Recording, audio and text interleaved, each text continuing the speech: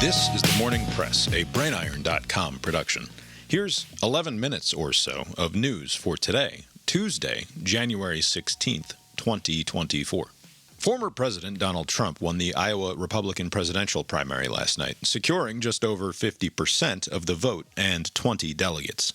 Ron DeSantis took second place in a close contest just ahead of Nikki Haley, while Vivek Ramaswamy finished a distant fourth and has suspended his campaign and endorsed Trump. Trump won 98 of 99 counties in the state, a thoroughly dominant showing compared to the 37 he won in a second-place finish in 2016. Nikki Haley won the 99th county by a single vote.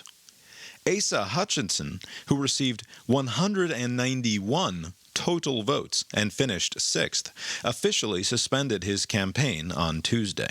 Turnout was down significantly from 2016, with 110,000 or so votes cast, down from nearly 190,000 last time. The next primary contest takes place in New Hampshire on January 23rd. A brief editorial aside. For anyone hoping that someone besides Donald Trump could cobble together the anti-Trump vote into a force capable of eventually denying him the nomination, last night's result is disheartening. It was conceivable that a solidly third-place finish for DeSantis could knock him out of the race, as he appears to have little support in New Hampshire, Nevada, or South Carolina, which are the next three states to vote. His curious position as a solidly pro-Trump alternative makes his path to the nomination fairly illegible, with Trump still in the race. But a second-place finish is a win for his campaign, so he's not going anywhere. Haley can say she exceeded expectations in Iowa ahead of what she realistically hopes will be a strong second-place finish in New Hampshire that denies Trump a majority there. But she is highly unlikely to achieve even that in her home state of South Carolina a couple of weeks later. This is an unsurprising and undeniably great result for the Trump campaign, which would prefer both Haley and DeSantis to stay in for as long as possible, keeping the Trump-resistant vote split. It remains the case, as it has since the indictments against him started coming down about a year ago, and the party began coalescing behind him like they hadn't since after January 6, 2021, that barring a dramatic exogenous event that prevents Trump from completing this process, he will be the Republican nominee for president come November. Iowa has changed nothing, expressing a preference that tracks neatly with the current nationally held Republican sentiment. Still, as difficult as it is to see a path for anyone besides Trump to the Republican nomination, the path to victory for Trump in November in the general election is equally uncertain. According to recent polls, among likely voters, Haley leads Biden 53 to 45%. DeSantis leads Biden 51 to 48%, and Trump is ahead of Biden 50 to 48%. That he leads Biden at all is significant, but we're also talking about a former president of the United States who has made it nearly impossible for self-identified Republicans to remain such without supporting him. And still, he only secured just over 50% of the caucus vote in Iowa. He is treating this win as a tremendous victory, but a former Republican president gaining the endorsement of half the Republicans in Iowa is hardly some great coup, especially when you consider that two-thirds of them believe the last election was unlawfully stolen from him. Trump is incredibly popular as mascot, but less so as an actual candidate.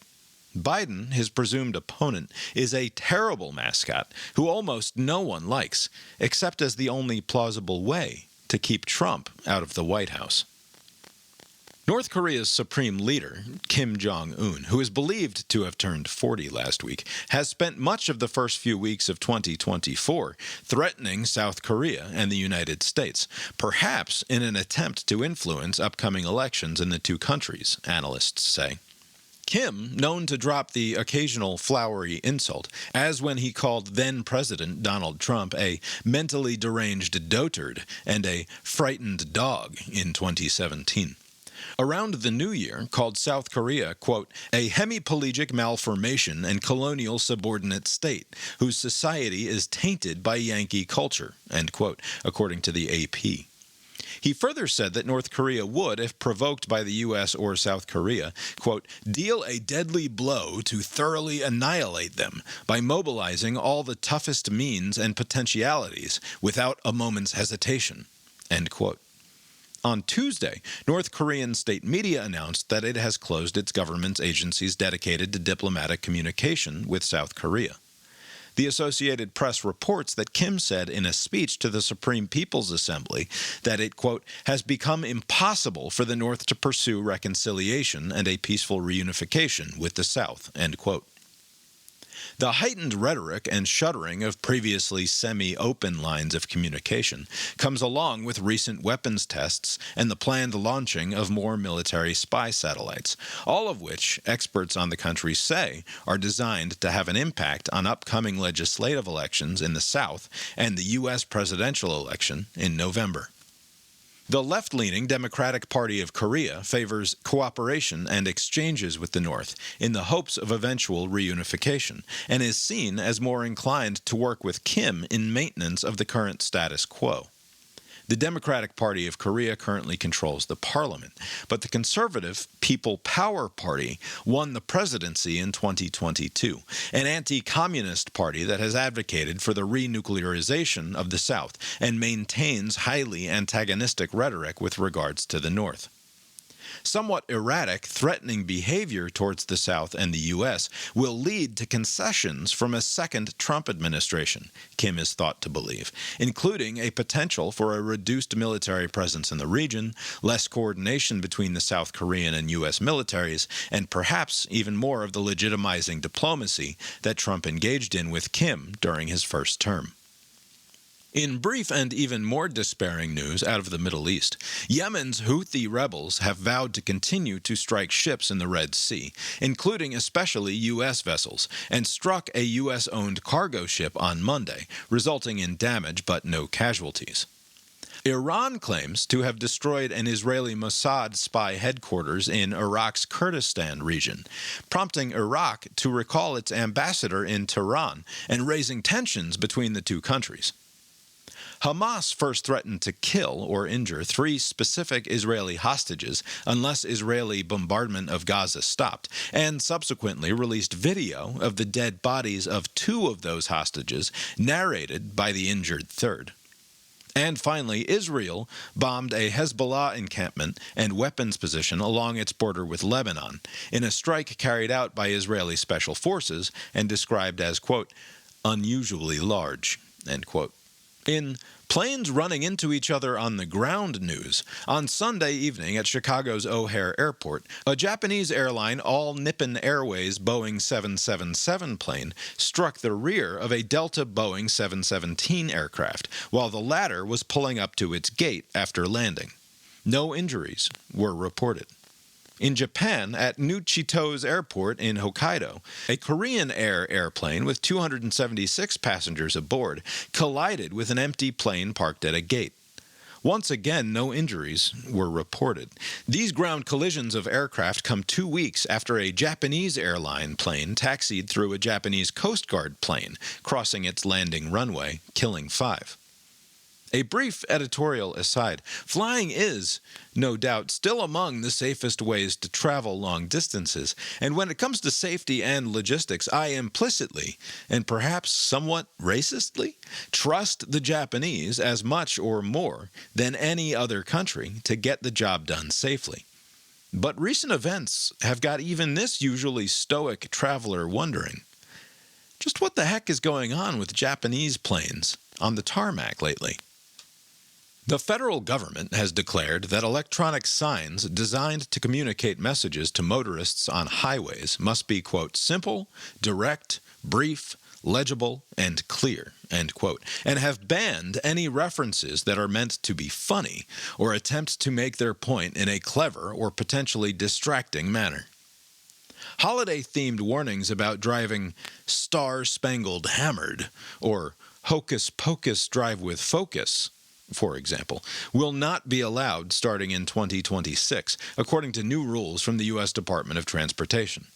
A brief editorial aside, as someone who has been chastised for attempting to communicate an otherwise dreary and easily ignored pile of information to a captive audience with a little bit of personality and humor, these new DOT rules are not surprising to me at all. And it makes sense. Highway signs should communicate to the widest possible audience as clearly as possible without being distracting or confusing. This will, in theory, maximize the number of accidents prevented and lives saved, which is, ultimately, what matters most. But it comes at a cost of some small amount of joy, of a moment of fleeting mirth, of connecting with something recognizably human behind the otherwise officious and bureaucratically inscrutable traffic control device. That's not what the sign is for, will be the response, and that's true enough. But the human capacity to express our own humanity, to connect with one another across time and space in unexpected mediums that jar us out of the dreary moment, is the very thing that has made us the most successful species in the history of the planet. The medium is the message, as they say, and when we see an example of the human touch in a domain that is reliably devoid of the personal, we feel more connected to one another, even or especially when the joke doesn't land, when it is silly and bad and only vaguely directionally funny. I would argue that even someone who doesn't get the joke or can't legibly connect with the reference and who we might be understandably concerned is feeling left out usually ends up feeling just the opposite. I do. Anyway, if you've ever seen a video of a group of people laughing and joking about something in a language you don't understand, and nevertheless felt a moment of human connection despite having no idea what they're on about, you do too. We are connected less by information than we are by something far more fundamental, the simple human ability to recognize one another, to see ourselves, or at least something of ourselves, in the other. As silly as it may sound, a touch of bad humor on a highway overpass sign might actually make it easier to see the people that exist behind the huge edifice of government. A crack in the impenetrable deep state. A wry moment that might stick in your mind the next time you feel like condemning the whole enterprise. So many of our important political and cultural institutions seem on the verge of collapse because the public has increasingly lost faith that they serve our interests at all, because we have lost sight of the fact that we built these institutions in cooperative advancement of a civilizational project that is meant to make life better for all of us. We have decided, here and elsewhere, that the legibility of information takes primacy over meaning. But information, no matter how crucial, is not sufficient. We require more than that. Is this a silly and disproportionate reaction to a US DOT rule about highway overpass signs? Sure it is. But in a time of great upheaval and mistrust, the stamping out of a glimpse of the recognizably human should be resisted. Now, here's a look at the weather. I don't want to get all hysterical about things, but 2024 is shaping up to be quite a year, isn't it? That's the weather from here. How's it look out your window? The Morning Press is a production of the BrainIron.com multinational media empire. Please direct comments and complaints to brainironpodcast@gmail.com. For a transcript of today's episode and links to the stories referenced, find The Morning Press at brainiron.substack.com, where, if you would like to support this and the other podcasting and blogging endeavors of the brainiron.com media empire, you can also become a paying subscriber. If you can think of anyone else who might enjoy whatever it is we're up to around here, please consider sharing. Thanks, and barring the sudden onset of the inevitable, we'll talk to you tomorrow. The proceeding was created with 100% human content.